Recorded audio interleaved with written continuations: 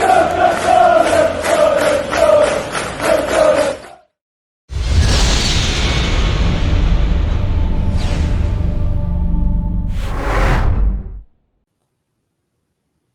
everyone, welcome back to a new Howay the MAG with this one an international guest. Last week we had Sam, someone from England. Now we have someone from, well, you may want to tell yourself and who you are.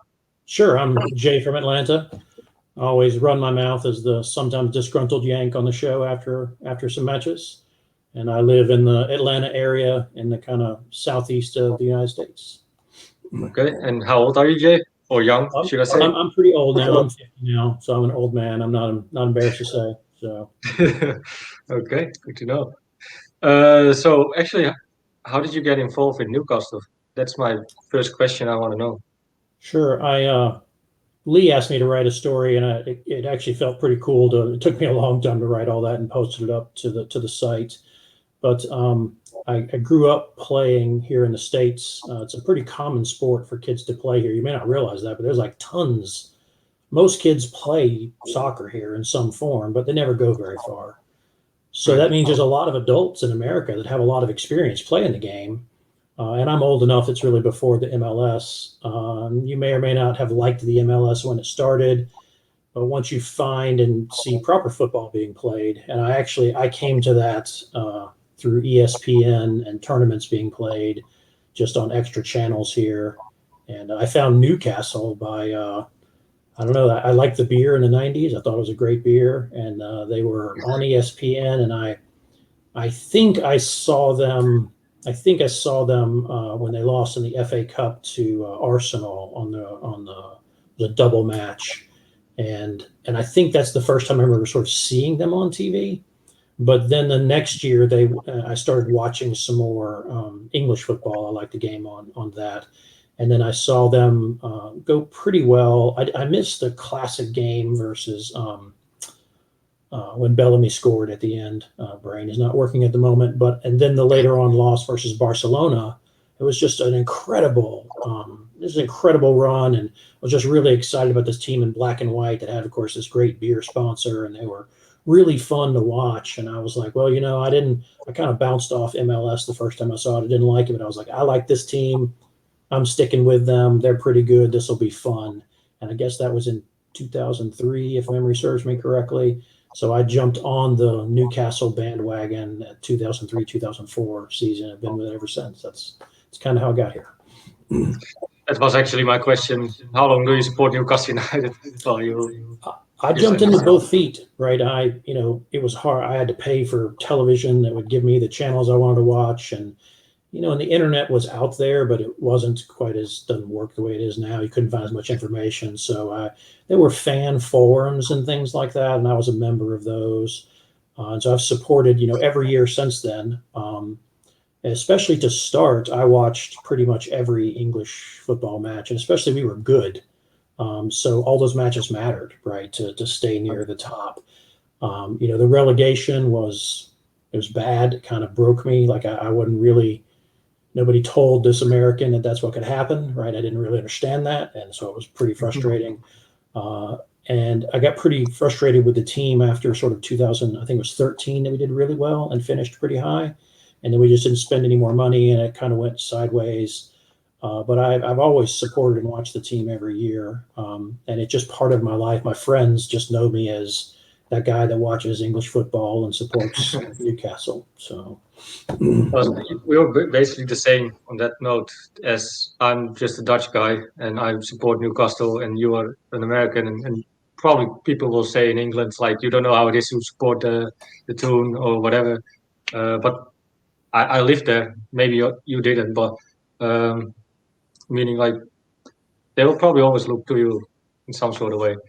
But I also feel very much respected by most of them, almost every one of them. But you have those toxic people.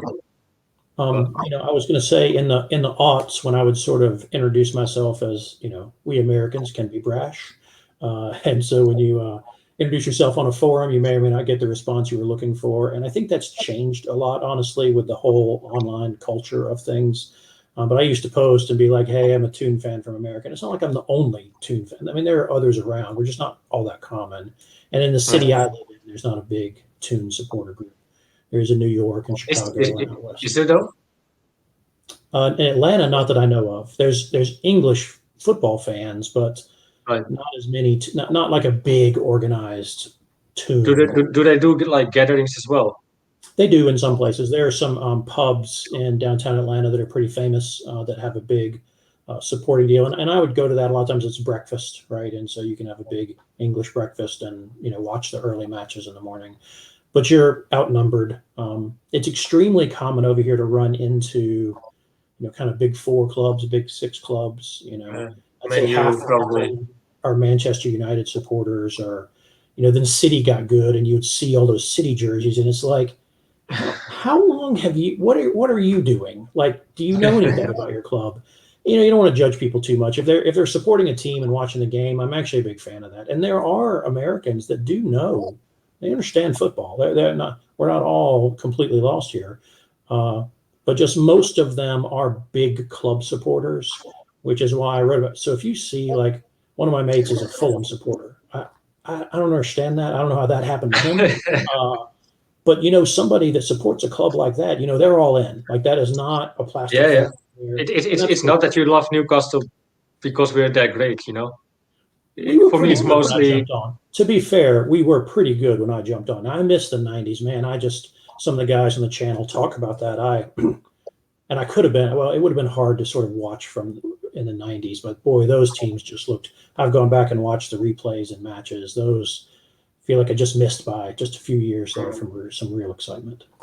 I've never experienced any good time for Newcastle. Actually, you have those games that are amazing some now and then, and we have sometimes a good run.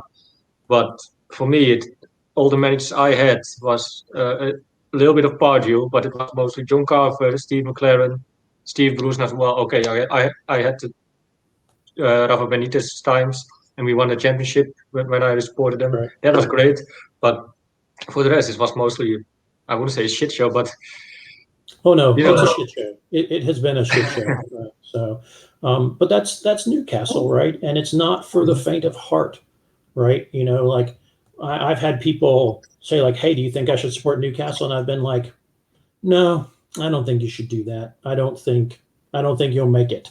And I think that's kind of cool, actually. Like I'm proud of the fact of my time in service, as it were, under Newcastle, and I think you should be too, right? I mean, you got to know them by working there for a while. I've heard your other stories, and I think that a lot of other foreign fans, however they grasp on, if they hang on and stay on and actually care, I think the Newcastle club itself is extraordinary.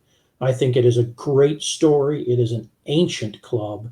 It is truly united. It is the only club in the city. And while I have still never been to Newcastle, we maybe talk about that, you can just see how the city is unified behind it. And it is an authentic club from an authentic place, and it is worthy of respect. And you can give us crap for having a shit owner and being stupid. That's fine. But you can never, never knock the fans of Newcastle United. No. Well, of course, people are always saying, like, we want too much, we're spoiled, or, like, we want too much, we demand too much. But if you see where we came from, it's not that way. We know that's not true. We, the fans, know that's not true. Sure, there's some famous, footage on the internet from kids back in the '90s talking about how we're gonna win the league and whatnot, and that's all. It is what it is. But those of us who are here, we know that is. We just want to see a team go out there, wear the kit with pride, play for the badge, and get out there and mix it up. Oh, we'd like a coach that would at least try to win. Right? That's all we're really looking for, like that at this point. And the shame thing is, it's there to be had. It's there to be had even today. We have pretty good talent by our standards of the last 10 or 12 years, and so it's disappointing. But in any case, it's just a measure of the quality of the fan on average of Newcastle, in my opinion. Just now we're going to a totally different topic, but just about yourself a little bit. Like, what's your job? Are you married? Do you have kids? I am married. Tell me a little bit about your life. Sure, I am. It's pretty average, nothing all that exciting. But I'm married. I made it all this long, and I've been married quite a while now. I have one daughter. She is about to finish up college and she's going to be an engineer. So we're quite proud of her. That kind of That's dad pride thing. So for sure. well, you can be if she's finishing college, right? Yeah, It's a big thing. it is a big deal. So, and then my wife has become a soccer fan. When Atlanta United came here, and I was like, I can't not have tickets to a soccer team in my own town. Like, and that happened in 2017, I think. And so since then, she has become quite supportive. She's always known about my Newcastle affliction and has bought me jerseys like the one on the wall behind me, and I got a whole closet of jerseys she's bought. So she knows about that and supports that. She even bought me years ago, as I understand, somewhere in the park there are these little not memorial things that would be free if I was dead, but they're little things you could put in the ground with your names on them and signatures. Supposedly, I had one of those up there. I don't know if it got dug up or whatever, but she's always been very supportive of that. Do you know what I'm talking about, Brandon? Have you seen that up there? Yeah. So I think there's one up there with my initials on it somewhere. But she made that happen. I get cool birthday presents and things like that. But she likes Atlanta United too, and she's become a fan. I wouldn't call her a soccer fan, but she enjoys it with me, and that's pretty cool.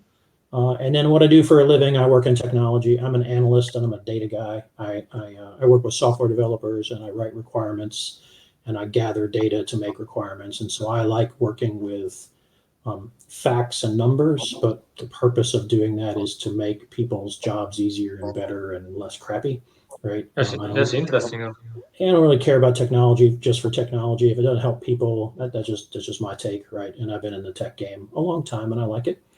So it's nice enough. It provides me a means to really get a season ticket and go to the games. If I was in Newcastle, I would have a season ticket no matter what. Okay. Like I would have one forever.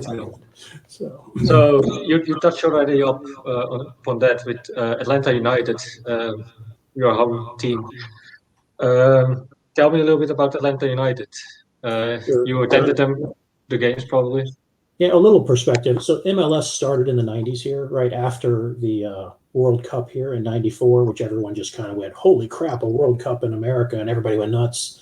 But the original MLS was just wild and bad. I mean, they meant well, they were trying pretty hard, but it was horrible. Even people like me who played before were like, God, this is a mess. So I bounced off of it, and I tried to go back to it in like 2000 when I started watching Newcastle again. I was like, I'll go back and watch some American soccer. This will be great.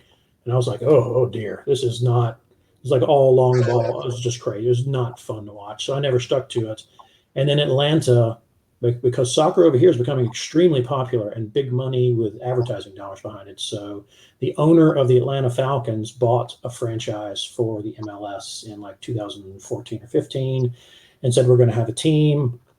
So when Atlanta United became a thing and they said, we're going to have MLS matches, well, I got to go. I like soccer. I'll pretty much watch anybody play.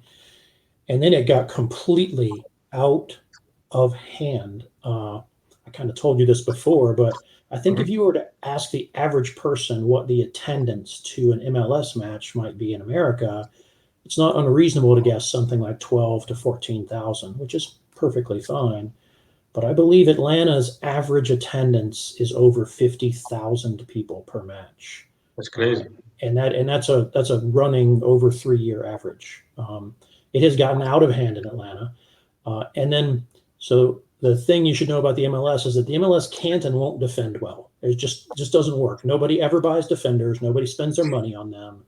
And so the attacking players, when they get to the defenders, they just tear them up. And that's just a fact of the league. A few teams have tried to play defense. It just doesn't work. So MLS has no defense. So it can make for some pretty exciting offense. And Atlanta really bought. We got Tata Martinez, and he came up and coached us. Got a bunch of really attacking players like Miggy. And so they just cut loose this team. The very first game we played was against one of the better teams in the league, one of the New York teams. And I showed up and was like, wow, we're going to get buried, but this is going to be fun. Let's go drink some beer and watch some local soccer. And we did lose, but even the Atlanta people who knew nothing about the game were like, wow, I think we lost 3-2 or something like that.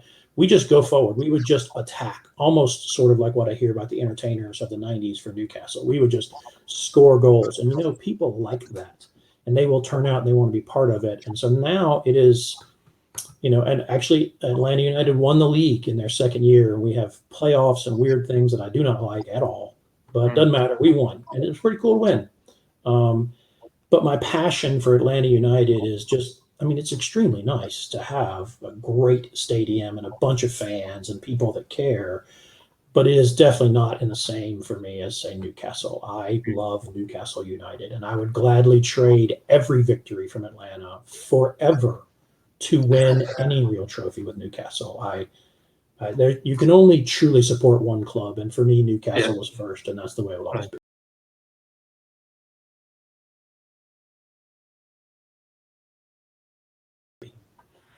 That's well much appreciated, and I respect it a lot. Just to show a little bit, I have a short video put together from what you sent to me. We cannot show the whole video, so I can just quick message how things is.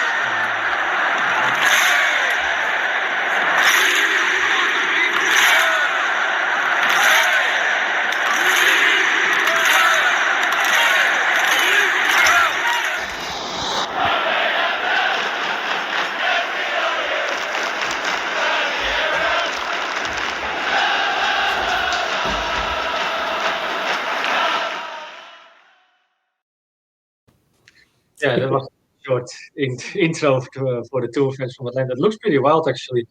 Not at what I expected from MLS games. That was also another question, actually. Is it only Atlanta who has a crazy crowd like this, fans like this, or is it picking up on all the other teams in the league? It's picking up everywhere. There are some teams that are known for being louder and rowdier. And in a lot of cases, it is some of the newer teams. They really call it MLS 3.0 with some of the newer teams. Everyone wants an expansion. And teams have learned to spend on attacking players and get out there and play flashy football, right? People like that. Atlanta is somewhat resented. I can't. I'm an analyst, but Atlanta's kind of like Manchester City. It's new money, and they want everything. And people don't like that. Like, people do not like a club showing up out of nowhere and winning stuff. But the league is ripe for that kind of winning, and teams are doing that. They're spending it on offensive players, young players out of Mexico, South America coming up here. The U.S. is not a Tier 1 league, despite what some deluded countrymen of mine will tell you. They don't know anything. But it's getting better. It's better than it's ever been. It's getting better, and it's exciting. And I think that over time, we will contribute more.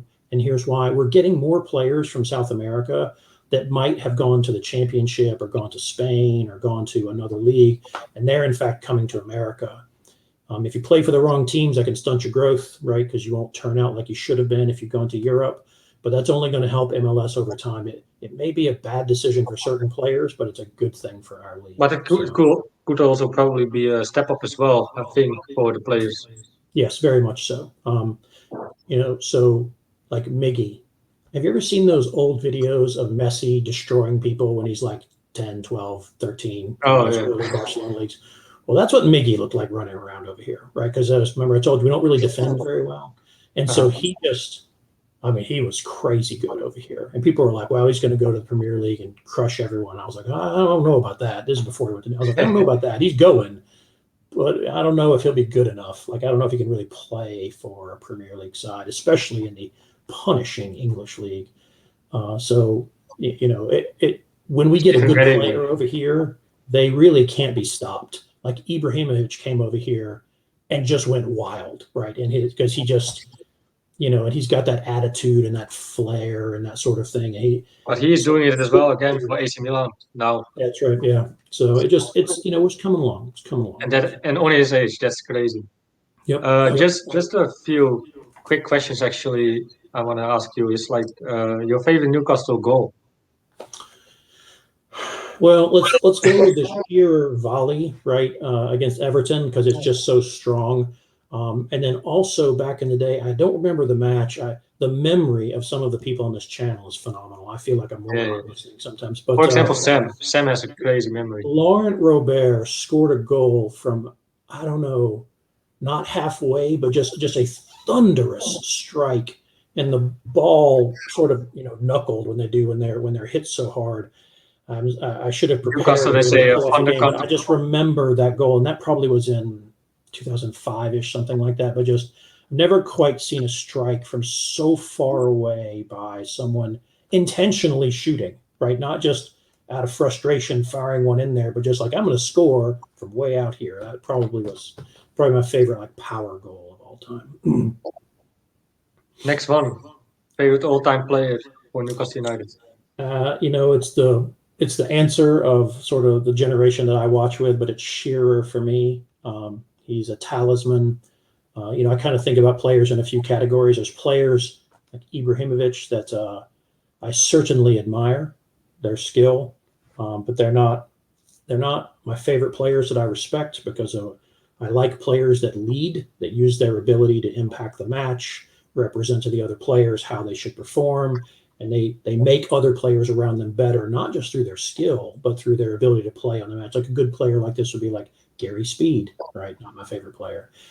Alan, we have a lot of great players you could choose from here. But for me, it is Alan Shearer. I know it's the sort of standard answer. People go with Les, or they'll go with Shearer. But for me, it is Shearer because of not only his ability, but who he was on the pitch. He was hated by other teams, right? And Keane in particular, which was really funny.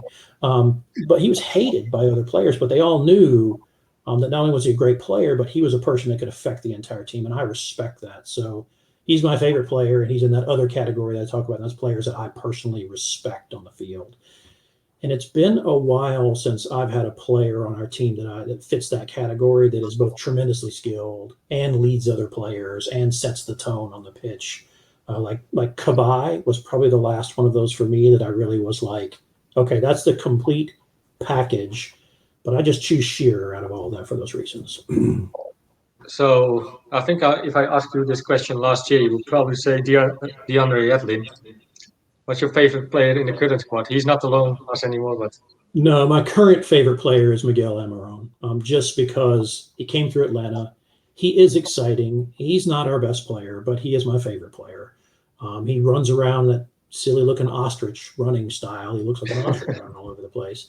And, some matches he's doing the wrong stuff, but he has the heart. I mean, that man has heart, and he puts it out there. And sometimes it works out well, and sometimes it doesn't. So he is my favorite. I did like Yedlin. I remember when Yedlin signed, I was like, oh, an American for Newcastle. This is going to be great. And he actually had some really great World Cup appearances for us. But he didn't get better, and he probably got worse. And that was not helpful. And by the end, he could not cross the ball. And that's, if you're going to be some overlapping right back, you need to be able to fire the ball in there to somebody in the box. And he couldn't ever do that. It's one thing if you deliver crosses and maybe help make some goals and you don't defend too well, but he would get forward, not cross the ball, and not defend. So I was excited for Yedlin to be here, but it's okay with me that he's gone. Now it's Miggy, Almiron. So that's it for me. I can go for it. I can accept that for sure. Miggy, I like his heart, and he might be back possibly tomorrow against Fulham. That'd be so good. Let's hope so, because he was on a scoring run, and was on a good run as well. He was performing better than ever than he used to do. So let's hope he's there tomorrow, because it's a must-win game. Yep. See, I knew you would ask me that question, so I pulled this down from my little wall over there. I got my own little Miggy pick and whatnot, so I'm quite happy about that. Awesome. Actually got a high five from him one time when he was in Atlanta. I thought that was pretty cool. So that's a brag. That's a nice brag. Yeah. Give a Miggy high five. Worst manager for Newcastle United? I would have said Steve McLaren, and how is that unbeatable? Because it should be statistically unbeatable. It shouldn't even be a question. But it is undoubtedly Steve Bruce now, and I don't think there's any data that could show otherwise. What he has done to this club is terrible. It doesn't matter whether he was a Newcastle lad or Manchester United or Sunderland. It doesn't matter. He's done incredible damage to this club. You're asking me a question that's going to just make me angry. He is the worst manager, in my opinion, and it's not even close anymore. In my opinion, I think it's also his arrogance and ignorance, and just trying to put the blame to other people and to the players. Actually, a good manager would make you defend your team, your players. but he just throws them under the bus, He sure does. And that just, time passes us all by eventually. All right. That's just the nature of the world. And it looks to me like the game has passed him by. And whether or not he's a man manager, I don't know. I'm not seeing that lately, right? When you got rumored locker room things. Yeah. And you would think that Steve McLaren would have set an unbeatable bar for worst manager. You would have think that he would have put that mark out there and said, let me show you how to do this wrong. And that was my answer. We'd had discussions at the pub and things like that. I have a good mate of mine he's an American, but raised in Ireland, and he knows his football. But he is also a Newcastle fan for reasons beyond explaining. And so he and I, over the years, have gotten a lot of stuff. And now with Bruce is it. He's the worst thing. And I'm not saying that just because we might get relegated and that kind of thing. But Bruce is the worst manager we've ever had. I agree. So if we go just a little bit like crazy and we just fantasize about if we ever will be good again, let's say next year. What if Newcastle makes next year to the Europa League? Which teams do you prefer in the group stage? So which teams do you like to have from all over Europe in your group? And you have to name 3 of them. I can do that. I saw Sam ask this question, and I said, I should think about that answer before I went on the show, and then I completely forgot about it, so I'm caught too. Well, a long time ago, many, many generations ago, my family is from not far from Munich. I'm not a Bayern Munich supporter too much, but I do like them. I'd like to play Bayern. That would probably not be good for our group stage, but I'd like to play Bayern. I think they're really cool. I think Sam mentioned this last week too, but I'd like to play Feyenoord. Or was that somebody mentioned that? But I'd love to play them. I think they're just a super interesting club, right? I'm just picking this on style, not who we can get by. Yeah. And then I probably would not go. I think it'd be cool to fill the stadium with like a Spanish giant or maybe even an Italian giant. But I think I'd like to play Marseille again because they did so much damage to us in the UEFA. And I'd like to play them and beat them, I don't know, like 13-2 or something. That'd make me pretty happy to play Marseille and run them out of the match. How I would interpret it, this question is like which would be the best away days, So Sure. I would definitely take Atalanta, for example, Bergamo. Sure. They have also a really good fan base as well. So that's where I should go look for, or Bani Kostrava, or that's a good shout. Lyon is crazy as well. Olympic Lyon. Okay, yeah. Well, Newcastle used to come. It's been a while, but every once in a while they would come and do friendlies over here in the States, right? It's been a long time since they did in the summer, but I would about the money. Just seeing Atlanta United play a friendly against Newcastle would be like a meltdown for me. Like, I don't, but there's no doubt that I would pull for Newcastle. I would not be confused. Like, I would know I think Miggy would love it as well. Yeah, that would be super cool. So which player would you have loved to see signed for Newcastle United? And then I'm talking about, it can be 20 years ago as well. Yeah. Now. A lot of different choices here. I can't believe I'm about to say this. I liked Frank Lampard. Like, he was on the wrong teams. He was a tremendous player, and it could be a nasty bit of work on the pitch. But I thought that he had some real spine. And God, he could have punished people, punished people for us as a Newcastle United player. Is he the greatest player ever? No, right? That's not my point. You could choose a lot of other style players, but I used to, especially when I first got in, he was a terror. Like, he was a holy terror on the pitch to deal with. I just had he fit my categories as well for a player that you should respect. Had talent, led the team, impacted other people. And at the time, I felt like he was one of the kind of players who could be on our team and actually be bigger than some of the people we had. And we had some pretty epic people back in the day. So there we go. I'm not saying I like Chelsea. I'm not saying I love Lampard. I'm just saying. No, but I like your answers. It's maybe an unpopular answer, but it's something different. And yep. You can go with Messi or simple answers, but that would make this conversation so boring. So yep. So we know it will happen eventually. It will happen for sure. The takeover will happen. When? We don't know. But if the takeover happens, which player to buy first? This is one I'm not exactly certain. I don't follow because Newcastle's not great anymore. I don't always watch all the top matches anymore, right? It's not fun for me when we're not good. We are I watch still every okay. Newcastle match. We are still great, but we don't perform well. The club is great indeed. Well spoken, Brandon. Well spoken. Um, it's hard to say who should we sign first. Um, I'm gonna Looking at current squad, where we lack of strength, where would you strengthen and So I believe that I would pay for an absolutely dominant attacking midfielder. That is the way the game is played now. That's how it works. You can run a lot of different things off of a player like that. And we're talking big dollar amounts here. And to me, it doesn't even matter as much sort of which one obviously does for style and persona and whatnot. But that is the kind of thing that makes a modern club tick. Somebody that can get up there, and whether they're gonna whether they're going to be false 90 looking stuff or whether they're going to be classic 10 or whether you just need a midfielder out there that everyone else is afraid of and can move the ball. And I think there are a lot of people that can fit the bill, but that is who I would buy first. And I'd spend the most money on that player right there because you can have an average to good striker feeding off that. You can have, average to good outside midfielders that play well, and your defenders are independent of that. That's where I think the most money should go. And I don't know, there's a lot of players who could fit that bill for you, in my opinion. Do you have a personal choice? Do you agree or disagree with what I just said? I would definitely agree with you. An attacking midfielder we need for sure. Yeah, there's loads of them, good ones. And if you, like you say, have a good amount of money spent, you could look. I would go look in the Spanish league Sure. and go for maybe Lee's, even Italian.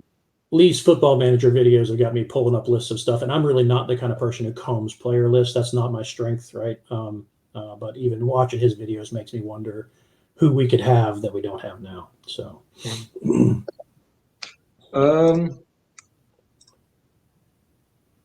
we're going now to the more lively topics. sure. I love to travel, and I don't know about you if you like to travel at all. I do.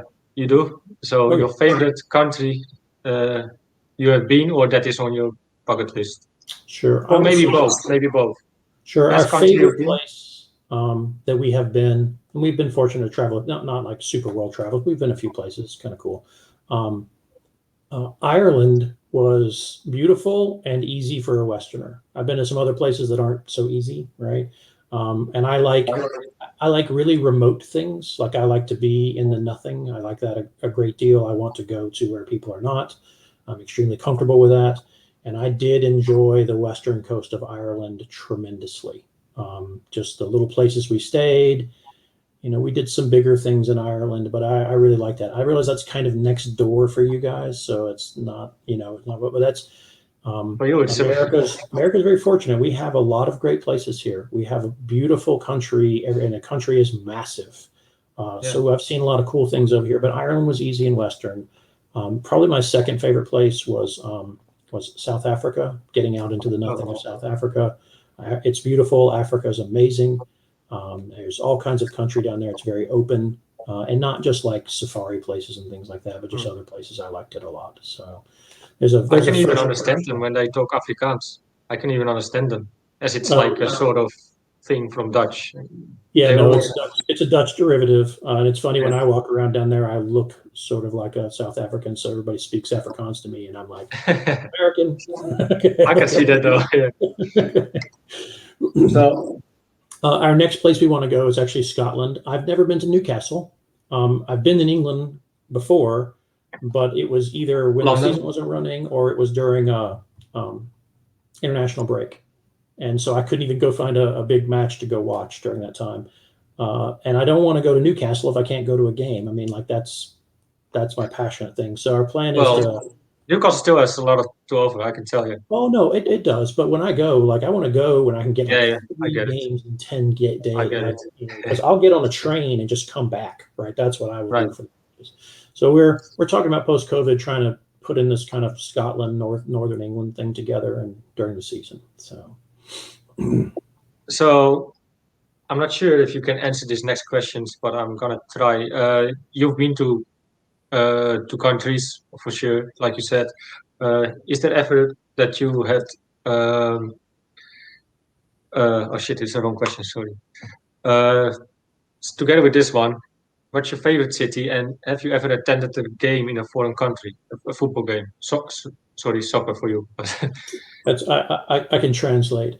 No, I haven't, just due to the timing of things. I almost got into the Ireland. Who put Ireland out of the World Cup qualifier? I was in Dublin just a few years ago, and we were staying in a district right near there. And suddenly I was like, holy crap, I think there's a match on tonight. And so I didn't get into the match, but we were in the atmosphere right outside of it, and it was fantastic. And Ireland got run out by, but it was just a great night. It was a great time. That's the closest I've come to being in a football match in another country. The next time I get to England, I will not let that happen again. Like I'll go watch anybody. Like, and I love all the, I love sports. I like them a lot, and I'll watch anybody play with heart over anything. Now, I happen to love football, right? That's what I really like, but that will not happen again. So I like to go as well to foreign countries and just attend like any game, any average game, because just to see other fans how they feel the game and how they experience it and everything. I like that. Now, about 10, 12 years ago, Juve was playing in a tournament here in the summer, and Juventus came and played Club America, a big Mexican team. And they played in Atlanta in the old stadium that's gone now. And that was pretty exciting, actually. And the stadium was sold out. It pulled, I don't know, whatever that stadium was, 65, 68,000 people here in Atlanta. That was pretty cool. Watching, foreign teams come here and play. That was pretty awesome, actually. So, describe me your ideal holiday. It's got a cool city to come back to, and then somewhere that has something remote that I can go do and meet local people, drink in their pubs, take in the sights. It can be mountains, it can be beaches. So like a good example is fly into a big town, get your bearings, get a car, do whatever you're doing, and head out into the whatever to see the sights and see an adventure and go. Like, just my wife and I call it adventuring. We're like, let's wake up and adventure. Yeah. And we go do stuff until we're basically no agenda at all, and just go and see whatever happens. We have an agenda, but it just can be filled with hiking, going places, seeing. We also love history. My wife and I, we love history. I love to learn about the history of places. And like our country has history, but it's all made out of wood and dirt, so it's not all that cool. Europe has lots of stone history that you can look at. So, but just adventure, hike, museums, food, just go until you're about to drop. Then we come back to the big city and rest up for a day, and then we do whatever. It's extremely common for us to do it this way. Then we've done it in London and Cape Town and other places. And then you come back to the big city when you kind of can get through right a little bit, and then do a day and a half or 2 or 3 days in the city. That's what we do, and we love it. So as much as I can afford it, it's expensive. It costs a lot of money. So yeah, but with money, sometimes you can buy happiness, right? If you spend it on the right one, you can buy some adventure, and adventure can make you happy. That's what I tried to say. Exactly. If I can give you a recommendation, if you like nature and big city with a lot of history as well, it should be Prague. They have great nature around Prague and those things, and Prague has an amazing history. My sister has been and told me that it was absolutely wonderful, and she's like, you will love it there. So it'll be on the list. It's it's great there.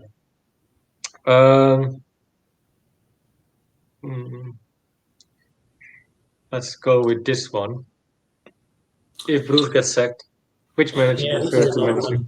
This is another one that I'm not great at because I don't keep up with a lot of other managers. Okay. I would just say I'd love to give someone like Gerrard a chance, right? Like someone like that for me. I think the club would be best served by getting someone like Rafa, but he would never come back, right? For probably just not under Ashley. He would like to come back, I think, and I want to believe that as well. Secretly. What our club desperately needs is man management, it needs effective coaching of our players, right, to make them better. And I just feel like there's a lot of young players, and there could be people I'm not mentioning, but Gerrard fits the mold that I'm looking for. I'll take someone young, unproven, so they've got something to prove, right? They got to show that Give me a player that was great, that wants to try and be a great coach. I want that guy, right? And then unfortunately, no one will do well at Newcastle. Like we could bring Bielsa over here and ruin him in a moment. We could bring anybody over here.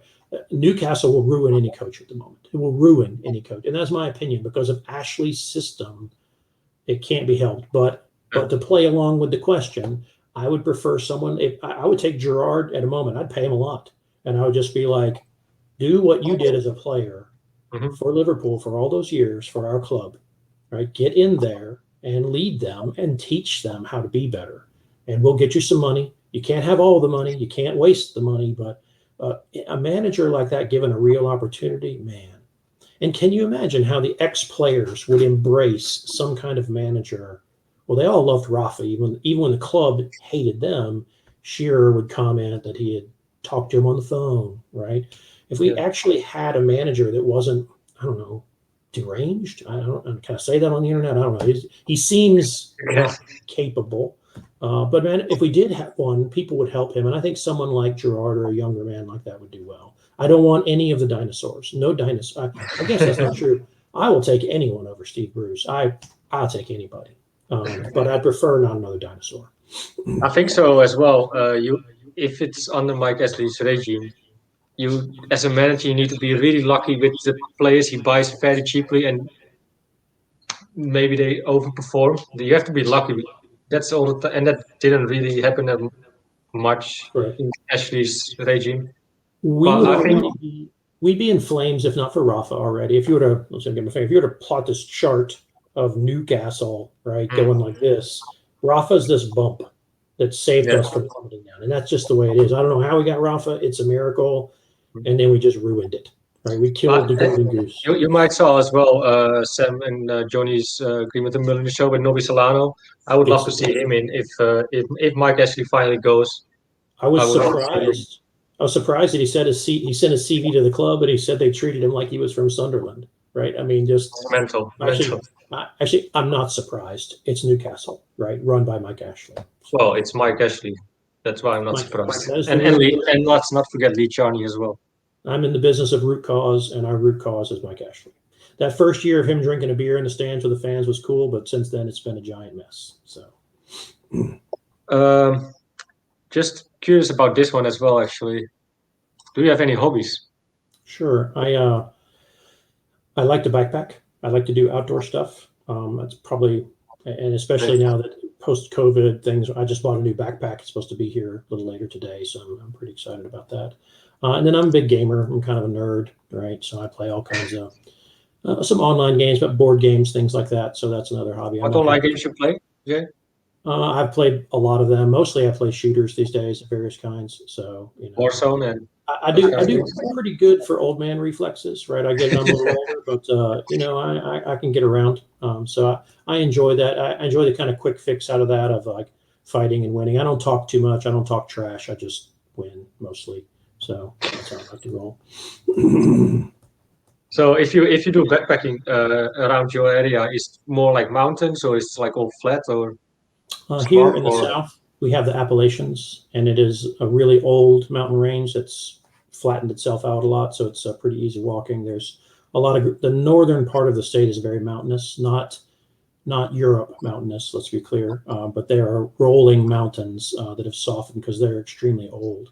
Apparently, the mountains in my state in America are part of the same mountain range that goes into Scotland. From way, way, way back in time. So I don't know why I know that fact, but I do know that fact. And so it's just in the spring and fall in our state is really beautiful. And there's a lot of great stuff like that around here. If you like hiking in mountains, I can definitely recommend you going to hike in Slovakia. They have great mountains. Okay. And it's perfect there. Your favorite beer or drink? That's maybe the most important question for me of this whole interview. Good. I do like beer. I've made beer at my house here, so I do like it a lot. My favorite beer changes a lot. At one time it was Newcastle, right? When it was actually made in Newcastle back in the day in the old brewery there. Now it's made in Holland, I think. I think Newcastle's made in Holland now. Might be bought from Heineken. By Heineken. It's been moved around a lot, and it's long gone. I could say one that you'll really like. I know exactly what you're going to say. I'll tell you right now, a beer that I really like that is in my fridge downstairs is Pilsner Urquell. I have a 12-pack of that. So I'll tell you this. In England, they have live ale or real ale, right? And it's pretty normal beer, but it's just been in a cask. Yeah. And it's not run with beer gas. And we don't really have stuff like that over here. We don't have those live ales. So I went to England and I was like, hey, I'll have whatever the locals are drinking, right? Because that's what you should drink. Yeah. And they brought over this, and I was like, what is this? And they're like, it wasn't like a big brand name, but it was just a kind of, the beer district. And I was like, I would like more of this. So I drank a lot of that when I was over there. I like that live ale. I like English bitters a great deal. So I like to do that as well. What you do is like going to foreign countries and drink their beer, I'm a big beer lover. I got like right across me here, like a whole beer collection. I love to drink what the locals drink. I don't understand the point. Don't go to a foreign country and do what you do. Go do what they do. Like, why did you even go there if you're not going to do what the locals do? That is extremely, I don't mean to be snobby about that, but that's frustrating to me. People want to go to another country and then have it be just like the country they came from. That seems dumb. You should just eat or drink. I think I can never go on a holiday. I used to do it with my parents when I was younger, but myself, I just want to be in a small town or in a city and I want to feel how the culture is, the people are. I don't like to go to a big hotel and be all inclusive and everything. That's not my cup of tea. Not at all. I hate that. Whatever. I'm not going to say it, but not my cup of tea. Let's put it that way. What do we got? I think this is probably the last question of the interview. Okay. What people don't know about you? On this channel, you mean? What do channel people not know about me? Just something that people don't know. Oh, yeah. Let's stick to this channel and what you like to share. Sure. I was not prepared for this one right here. Oh, okay, fair enough. I like trucks, right? I have a big truck, right? I have a totally non-European truck. It wouldn't fit on any roads in England or Ireland. It literally wouldn't fit. And it's not some giant monster truck. It's not lifted in the air. But I like my truck because if I want to go somewhere in it, I can. If I want to drive in the snow, I can. If I want to get in the mud, I can. I can pull people out. I like my truck. It's very American of me. I get it. I wish it was more fuel efficient. I'll buy an electric one one day. Right now, I've got a truck, and I love it. I don't blame you. I love this. If you can, after this, send me a video of a photo of your truck and you maybe next to it, and I will edit it in. I think a lot of people would love to see it. We'll get a picture of me in my redneck truck. I try not to be a redneck, but I'm from the South, so I kind of got it a little bit. So me and my truck. Is there anything else that you want to put out? No, this has been really great. I covered the ground. I'm excited to be part of the team. I love this channel. I think this is a great channel, the work that you guys are doing here on NFTV Extra and on NFTV. And I actually found Lee by VPNing in to listen to English radio in Newcastle a few years ago, and they were on Anyone. And I was like, hey, these guys sound awesome. I got to go find their channel. Right. So I think this is the most authentic series of fan channels. A lot of people doing it now. But NFTV, in my opinion, is set, and I watch their channels too. I think they do a great job. But I think NFTV is setting the standard, and I'm thrilled to be a part of it. And thanks for your time today to talk. I think if I speak on behalf of all of the Newcastle Fans TV channel, and I think a lot of fans as well, that we appreciate it a lot as well. Even you're the crazy Yank, I think I can easily say we all appreciate you being part of our community, and. It was a blast for me to talk to you, get to know you a little bit better. And everyone, thank you so much for watching. Hit the like button, leave a comment. If you have a question for Jay, maybe he will answer under the comments in the comments section. And please subscribe to Newcastle Fans TV. Everyone, Jay, thank you so much and have a good night. Ciao.